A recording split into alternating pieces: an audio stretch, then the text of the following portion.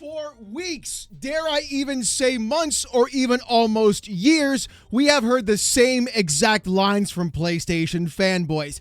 Oh, Xbox should just leave the hardware industry because they're full third party and nobody's gonna buy their consoles.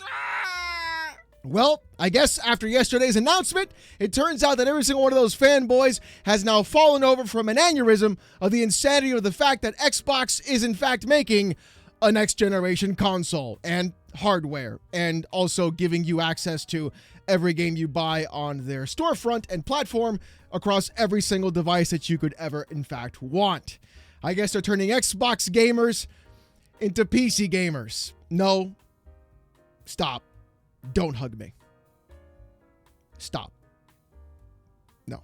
So what is in fact happening? Well, it turns out that yesterday, Xbox put out a 1 minute and 18-second video talking about the brand new partnership with AMD, a multi-year partnership, by the way, which will be able to provide new hardware for Xbox users and people that want to join the Xbox platform to go ahead and purchase that hardware moving forward for the next generation. Yes, here we go again. Are we going to go with the 15 teraflops, the 22 teraflop, or how many monsters is going to eat for breakfast this time? Like frame rates we've never seen before. I mean, never seen before. That's a callback to the Scorpio thing.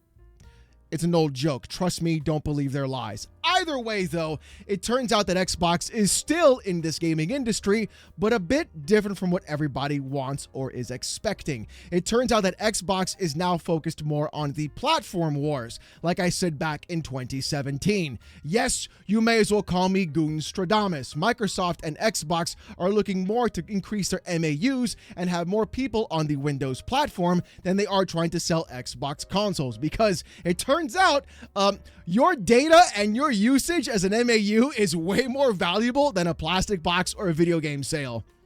Who would have thought? But you see, it doesn't stop there, though, because Sarah Bond's video did go over a lot of key points that people are in fact missing. A lot of people are just glossing over the fact that Xbox is still going to make consoles for the next gen.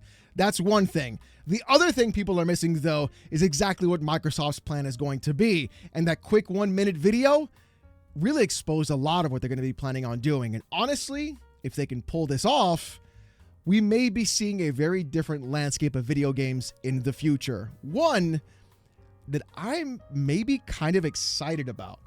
Let's go over the video and we'll see more.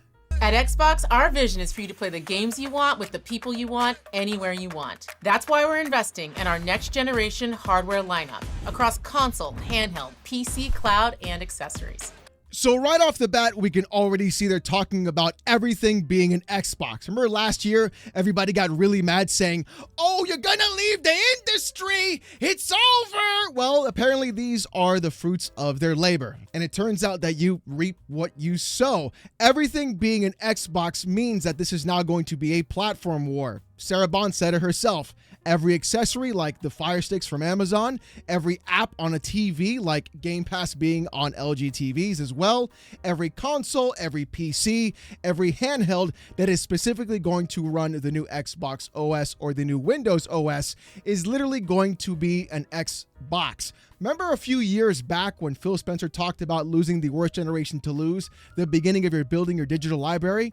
That was the big catalyst of why this is in fact happening. We lost the worst generation to lose in the Xbox One generation, where everybody built their digital library of games.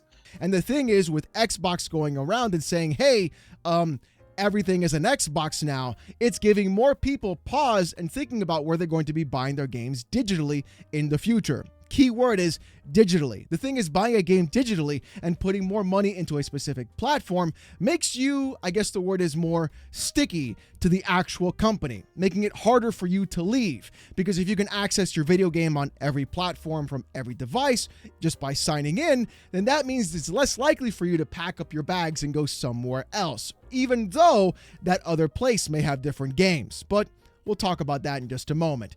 I am thrilled to share we've established a strategic multi-year partnership with AMD to co-engineer silicon across a portfolio of devices, including our next generation Xbox consoles, in your living room and in your hands. And there it is, the AMD partnership we all basically knew would in fact be happening. My guess is also PlayStation will be working with AMD as well for their PlayStation 6, which is rumored just a couple of days ago. The thing is, though, this is going to be a massive undertaking. The last time Xbox talked about their brand new hardware and the amount of power they had, things didn't really go so well. So I don't know if the power narrative is going to be the right way of moving things forward. However, though, AMD being the somewhat of NVIDIA could be a better gamble than anything else, simply because GPUs like the 9060 XT have actually been staying around MSRP and perform very similar to the PS5 Pro in performance. So yes, you can in fact build a PC for about $700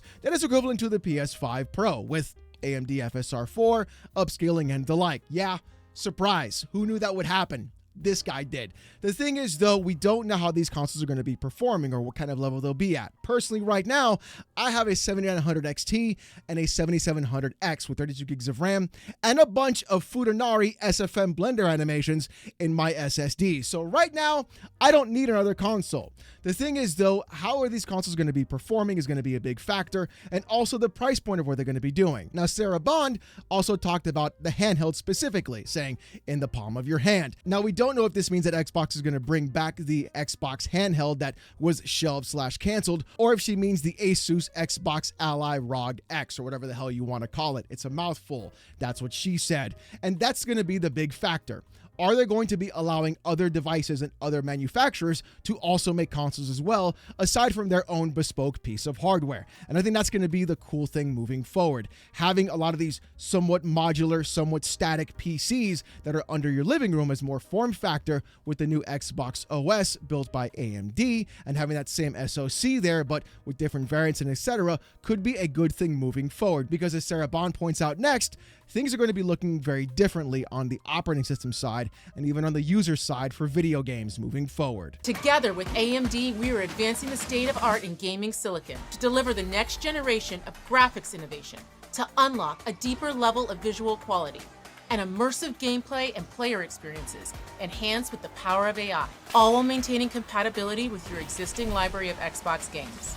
And here's the part that I think a lot of people are glossing over. This part and one other specifically. That very end piece, along with your existing library of Xbox games. This could be the linchpin that makes a lot of people sway and stay away from Steam OS as an operating system for their PCs. I think if you're looking at it from this perspective of consoles being sold, you're looking at it from a very narrow point of view and perspective.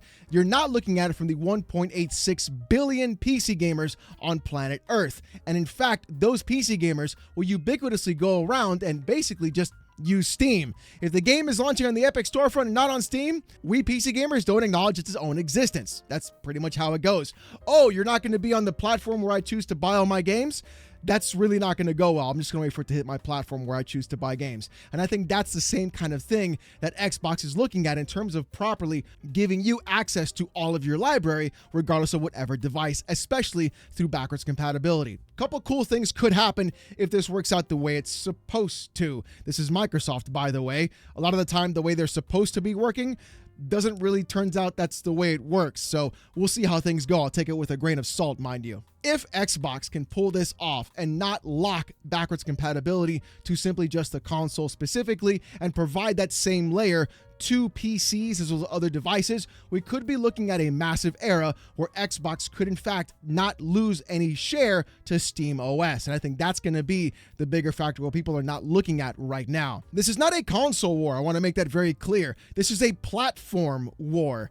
Xbox and Microsoft do not want to lose any ground towards Steam OS. And the fact that, like I said before, so many PC gamers are so ubiquitous with Steam, it's very easy for them to say, okay, you know what? Steam OS, Linux, Proton, we're good. Let's go, baby. We're done. I'm just packing up my bags. I'm done with your spyware of Windows 11. We're going to go this route and we're cooked all the way through. Sorry, boys, you lost me. However, though, if Xbox can turn this around and actually have a good operating system, I know, that'll be a shot in the dark. But if they manage to pull it off, it could be something really great overall. Granted, the spyware on Windows 11 is not going to be fantastic, so if they could remove that, that'd be great too.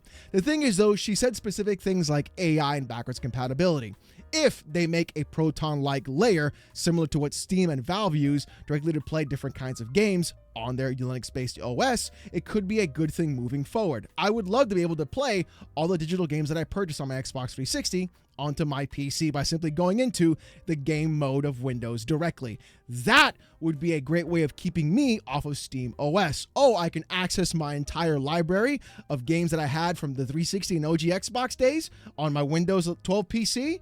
Sure, great, awesome. I'll stay here just to have that there, or I may even just dual boot in the meantime, not completely losing me as an actual MAU or a user in that space. And I think that's going to be the big play Microsoft wants to do. They don't want to lose any mindshare in the gaming space on PC directly, so why not just make every single Xbox console, handheld, and device a PC, therefore increasing your MAUs, increasing your users, making people more sticky to your devices, and also keeping them on that digital storefront to spend more money there directly as an actual MAU. Again, this is not about console wars. These are platform wars, like I called back in 2017. We are moving the needle into a different direction overall, and people focusing on how many boxes are sold by a company are going to be left in the dust. But she also brought up something really interesting like AI, and Xbox has talked about AI before, and I'm not sure this is how they're going to be doing their backwards compatibility moving forward,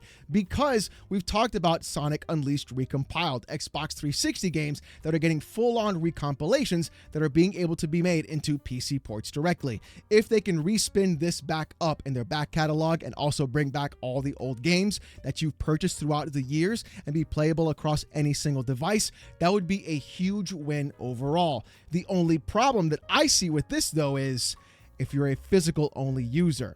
I think this is where they're going to be phasing out a lot of physical purchases and a lot of people that only buy their game on the disc, even though they're doing it to you right now because you don't own that disc. That is simply a key to download the game to play that game from the disc. If you're only purchasing physical now, I'm sorry to tell you, you're really holding on to a shell of what it used to be. And having a bunch of plastic behind you that literally cannot work unless you're connected online to the servers download the game really is just a waste of plastic overall. One of the bigger factors is going to be, can Xbox give you a digital key for your physical product? And if they can do that or provide you access to a digital version because you put the disc into the actual console, that would be a great thing overall, thereby keeping you as part of that user in that digital space and keeping you to spend more money on that platform. This is exactly what they're trying to do. This is all about building you a gaming platform that's always with you, so you can play the games you want across devices anywhere you want, delivering you an Xbox experience not locked to a single store or tied to one device. That's why we're working closely with the Windows team to ensure that Windows is the #1 platform for gaming. The next generation of Xbox is coming to life, and this is just the beginning. We can't wait to show you what's next.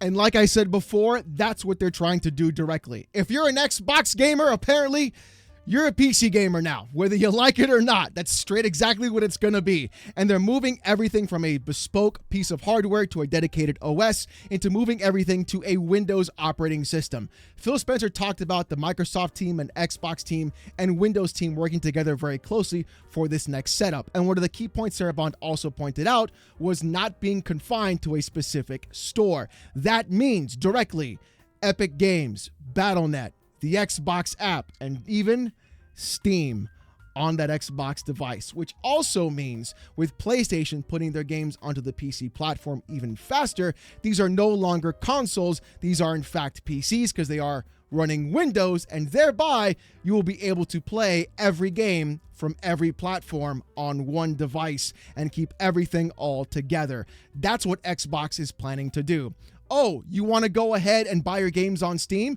That's perfectly fine. You bought our box, but while you're here, you might as well get Game Pass while you're at it, just because, you know, there might be something that you like, and you can go ahead and just buy your games wherever else you want. The funnier part about all this is watching fanboys not really understand anything that's happening. People like Blandrew, unfortunately, saying things like, honest question, is there really any point to having Xbox still making consoles? I could understand if they were committed to exclusives, but that's clearly not the case. Well, Blandrew, it's clearly not the case. You don't understand what's in fact happening. Why would we even care about having to get exclusives when that Xbox console can in fact play every single game. It'd be also really cool if we could see how far we can push the actual console directly and even the OS. I want to see what kind of restrictions are being put in place, because if we can begin adding emulators as actual EXEs or installing specific programs, you could in fact play your Nintendo Switch 1 emulated games, your SNES, your PS1, your PS2 games, your Dreamcast games, your 360 games, your OG Xbox games, your PC games, everything put on Steam, even the Xbox Game Pass games. I mean, it's almost like you get every game no matter what. It's exactly what PC gamers have been talking about. So it's not about exclusivity, it's more about having access to every single game on one specific device. One of the biggest reasons people love PC gaming in the first place. And the thing that we've seen on the internet quite for some time is that Blandrew's response of, hey, there's no exclusives, is what people unfortunately look at instead of seeing the actual positive what's going to be happening in the gaming space. With Microsoft turning around and making a platform rather than a specific box where you are tied down to that console directly and cannot move from there in any space or form, they are now finally, I guess, doing the one weird thing, which is opening up their operating system to other people to go ahead and bring their games there. Regardless of whether or not their money had it or devs don't want to make multiple versions, they can just make one Windows version directly, put it on that platform, and they have a base style of what actual consoles can do, and then move up from there directly. So that'll be a great start overall. Hopefully this leads to things like better PC ports, better optimization for PC games as well, and even then more access to more games. I have friends that only play on specific consoles, or they only have an Xbox. Being able to play repo with them, not having them to buy another piece of hardware or another PC, would in fact be great, because hey, now we can play every game together no matter what, even those weird indie games. This could be Microsoft doing a complete 180 from their previous selves, when they used to do things like Games for Windows Live, try to charge PC gamers online access, or even then lock people to a specific platform or device. We're now seeing the opposite happen directly, where Microsoft, strangely enough, seems to be taking a pure pro-consumer stance. You want to buy your games? Sure, buy them anywhere you want. As long as you're signing in to our Windows service, that's all that we really care about. Hey, we'll fix it too, we promise. The thing is though, I want to see what actually happens with this new console and with these new handheld devices, and even then what happens with PC gaming in general. If Microsoft can in fact properly fix Windows, if they can provide you a literal reason to stay in a pro-consumer way of staying onto that OS and giving you access to more games, more devices, more everything, and doing the right thing by you, the customer, this could be a completely different Microsoft than what we've been seeing in the past. Now, here's the thing though, I don't trust them as far as I can throw them. And the reality of all this though, it's not happening because of the console wars, it's happening because of Valve and Steam, with Steam OS encroaching onto the operating system landscape. By turning around and making everything possible on one specific platform through one OS, it gives the ability for Microsoft to go through and not lose as much ground to Valve and Steam and their operating system wars that they're going to be looking at right now. Again, this isn't about console wars anymore, folks.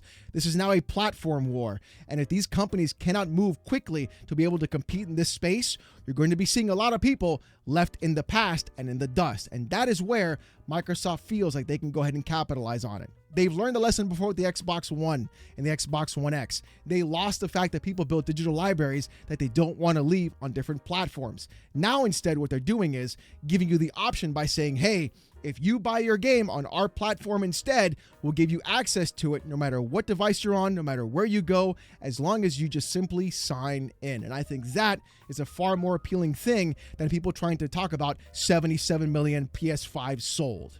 What I want to see, though, is exactly how this is going to impact two specific things. One, how much and how far can we push this new operating system from Xbox directly on these consoles? Can I install third-party applications, things like emulators, even pirated games of all things, and even add those specific shortcuts into a big picture mode directly like I do on the Steam Deck right now? Or will there be some kind of strange restriction that I have to work around? And on top of that, how is this going to impact PC gaming? Will developers have better PC ports because now they have a standard of what they're going to be seeing in terms of hardware in the gaming space, and being that it's a Windows device could in fact have better optimization overall? Hopefully this removes the UE5 stutter that we've consistently seen. Or is it going to backfire and every dev's just going to go ahead and say, hey, just put the PC port out there, you'll be fine. Deal with the UE5 stutter, boys.